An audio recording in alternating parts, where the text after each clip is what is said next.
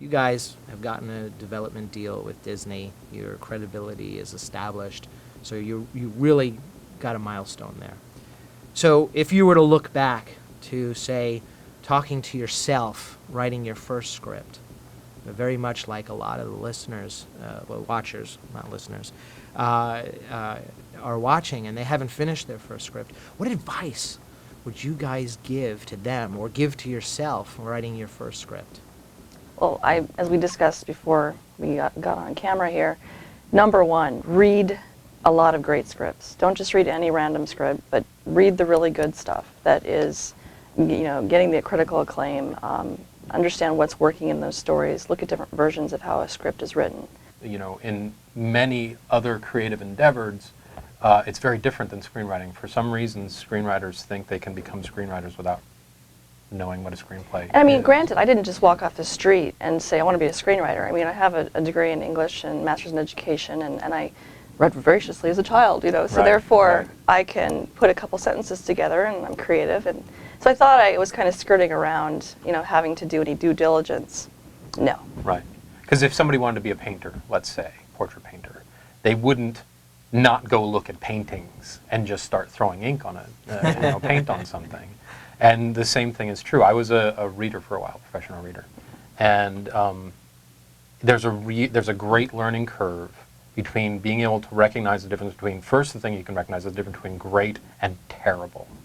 But eventually you start reading mediocre scripts, and the mediocre scripts are a great learning tool as well. Well, I think that's dangerous. I think it's like a sieve, and you get all that gooey stuff trapped into your brain. Oh, you kind of get brain virus if you read too many bad it's screenplays. Like only read the good stuff, Steve. You got to learn how to correct the mediocre stuff. If you read something mediocre and it's like, oh, I kind of see what he was going for here, This is what I would have done, right? Kind of thing. Yeah, exactly. Yeah, this is how I would fix this. Right. And then being able to recognize the problem in somebody else's script, because you've got that distance, you start to see your own problems in your own scripts. And you're like, oh, I recognize this other guy did it, and it sucked when he did it, so probably I shouldn't be doing the same thing here.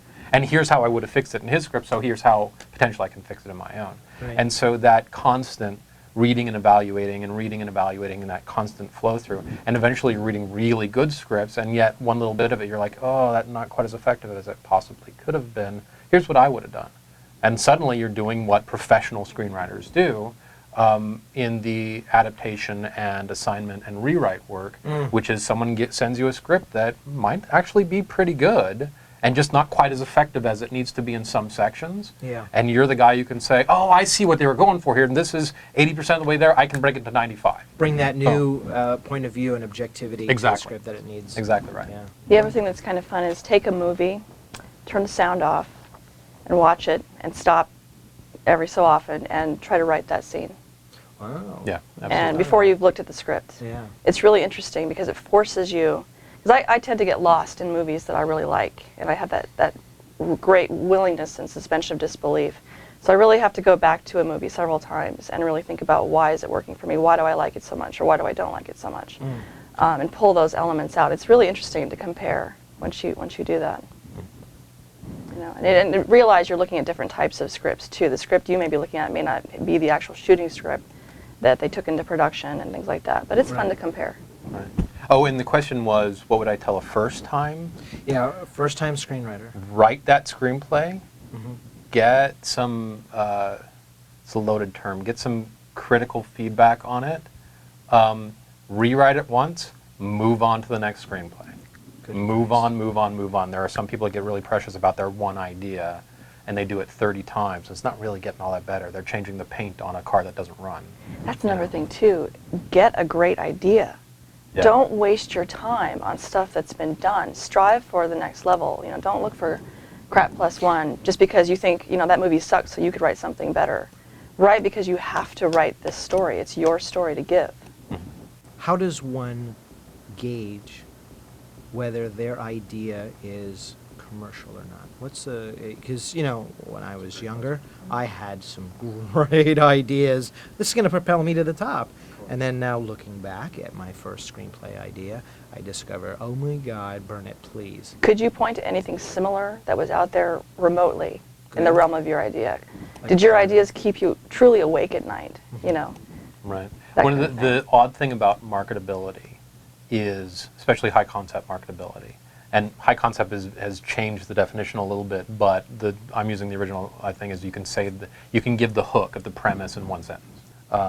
First of all, it's really useful to have a lot of ideas. Second of all, it's really useful to be aware of what ideas are already out there. You know, so you've seen 8,000 movies and you've read 500 screenplays, you kind of know what's floating around.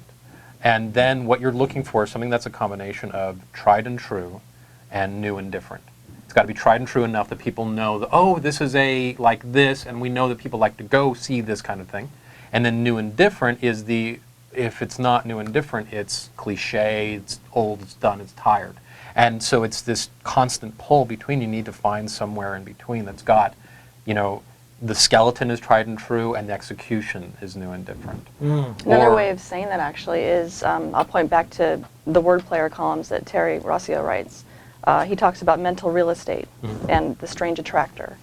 So when you talk about mental real estate, when I say something, I'll use Plant Life, our movie, as an example. Plant Life is about Plant Lady, okay? And in the back of their heads, people kind of know something about plant ladies. They have a general idea. They're those quiet people that you don't really know their names. They kind of just drift through the office, and they might seem a little odd, you know, or you just kind of wonder what's up with these plant people. But they have this mysteriousness to them. And then if you take the plants talking back to the plant lady, then that would be your strange attractor. So you're building off of sort of a little knowledge base that the collective audience that you're hoping you understand well enough to write a story that speaks to them, and then trying to pull out something cool, something that makes it different. Right, right. Like this is a great high concept. A lawyer has to tell nothing but the truth for 24 hours. Of course, is liar, liar. People know lawyers. Implied in lawyer is they lie a lot. And so that whole thing, tried and true, lawyers, dealing with lawyers, new and different, has to tell the truth, it's diametrically opposed. Boom. You got a great high concept, you got a great idea. And it's marketable. Plus add Jim Carrey.